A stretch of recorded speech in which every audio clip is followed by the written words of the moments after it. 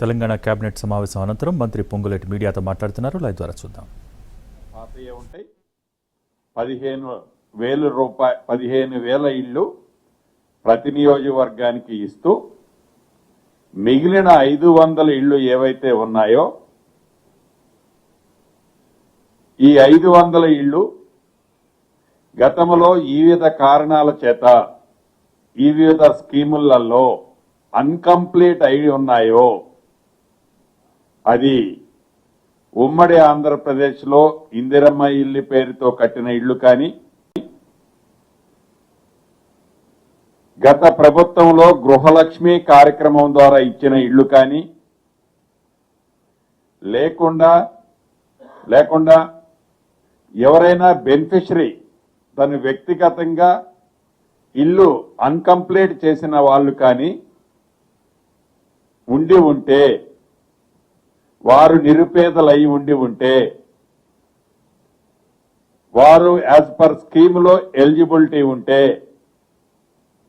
అటువంటి వాటికి foundation level కట్టిన దగ్గర నుంచి స్లాబ్ వరకు 3 లక్షలు ఇవ్వాలని, వాల్స్ కట్టి స్లాబ్ వేసే వాళ్ళకి 2 లక్షల రూపాయలు ఇవ్వాలని గౌరవ ముఖ్యమంత్రి రేవంత్ రెడ్డి గారి అధ్యక్షతన జరిగిన ఈ కేబినెట్ సమావేశంలో తీర్మానం చేయడం జరిగింది. పారదర్శకంగా అన్కంప్లీటెడ్ ఉండి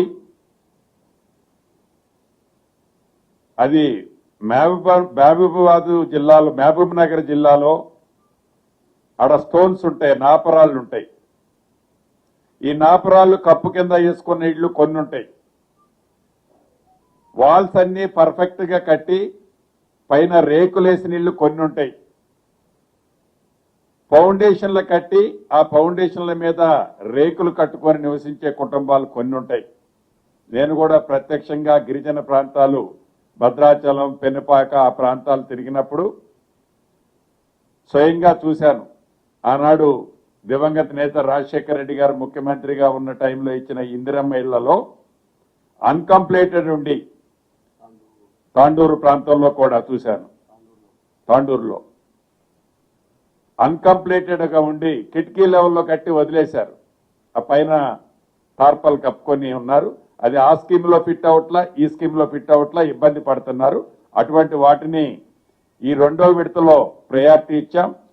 అదే రకంగా 3వ విడతలో ఇవ్వబోయే దాంట్లో ప్రయారిటీ ఇస్తాం. 4వ విడతలో కూడా ప్రయారిటీ ఇచ్చి వాటిని కూడా కంప్లీట్ చేయాలన్నది నిర్ణయం తీసుకోవడం జరిగింది. అదే రకంగా ఆనాడు ఇందిరమ్మ ఇళ్లు ఇచ్చిన వాళ్ళు ఉంటే డిస్క్వాలిఫై అని ఇప్పటి వరకు ఫస్ట్ విడతలో చెప్పాం. 2వ విడతలో అది సిమెంట్ కానీ స్టీల్ కానీ క్యాష్ రూపంలో కానీ 20,000 రూపాయల వరకు తీసుకున్న వాళ్ళని ఎలిజిబుల్ కింద ట్రీట్ చేసి అప్పుడు తీసుకున్న అమౌంట్ ఈ 5 lakhs లో డిలీట్ చేసి రిమైనింగ్ బ్యాలెన్స్ ఇవ్వాలని కూడా ఈరోజు కేబినెట్ లో నిర్ణయం తీసుకోవడం జరిగింది. వీటితో పాటు రాష్ట్ర వ్యాప్తంగా సుమారు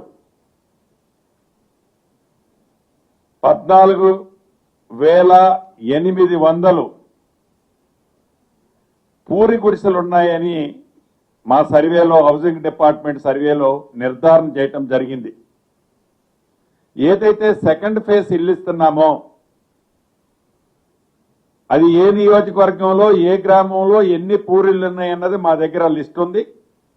ఆ లిస్టు ప్రకారం ఈ 14,800 ±1 to 5-10 హౌజెస్ ఏవైతే ఉన్నాయో ఆ పూరిళ్ళని తప్పకుండా ఈ సెకండ్ ఫేజ్ లో ఇందిరమ్మ ఇల్లు ఇచ్చి వాటిని ఇల్లు కట్టాలన్నది కూడా కేబినెట్ లో గౌరవ ముఖ్యమంత్రి గారి అధ్యక్షతన జరిగిన ఈ సమావేశంలో సహచర మంత్రులు, ముఖ్యమంత్రి గారు కూడా సూచనలు ఇవ్వటం జరిగింది.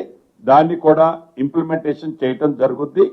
ఇది రూరల్కి సంబంధించిన అంశం. అదే రకంగా అర్బన్కి సంబంధించిన విషయంలో కూడా ఈరోజు కేబినెట్ నిర్ణయం తీసుకోవటం జరిగింది. ఆనాడు ఇందిరమ్మ ఇళ్లు కార్యక్రమం ద్వారా సర్వే ఏదైతే చేశామో ఈ సర్వేలో అప్లై చేసిన వాళ్ళు నియర్లీ 6 lakhs పైగా ఓన్లీ ఈ కోర్ అర్బన్ జిహెచ్ఎంసీ పరిధిలోనే ఉన్నారు. ఈ 3 కార్పొరేషన్ల పరిధిలో ఈ 6 to 7 lakhs ఏవైతే కోర్ అర్బన్ లో అప్లై చేసుకున్న వాళ్ళు ఉన్నారో ఇళ్ల స్థలం ఉన్న వాళ్ళు కేవలం 18,500 మంది తేలారు. ఈ 18,500 మందికి ఇళ్ల స్థలం ఎవరైతే ఉందో యాజ్ పర్ ఓల్డ్ రూల్స్ ప్రకారం వాళ్ళకి 5 లక్షల రూపాయలు ఇందిరమ్మ ఇళ్లు శాంక్షన్ ప్రొసీడింగ్స్ ఈ నెలాఖరులోపు ఇస్తామని గతంలో చెప్పాం. అన్న పద్ధతి ప్రకారం వాళ్ళకి ఇస్తున్నాం. కానీ మిగిలిన 6 లక్షల మంది అప్లై చేసుకుంటే ఎలిజిబుల్ ఉన్న వాళ్ళు మోర్ దాన్ 3 lakhs 3.5 lakhs ఉంటారు. ఇంకా వాళ్ళ విషయంలో కూడా ఈ రోజు కేబినెట్ లో నిర్ణయం తీసుకోవటం జరిగింది.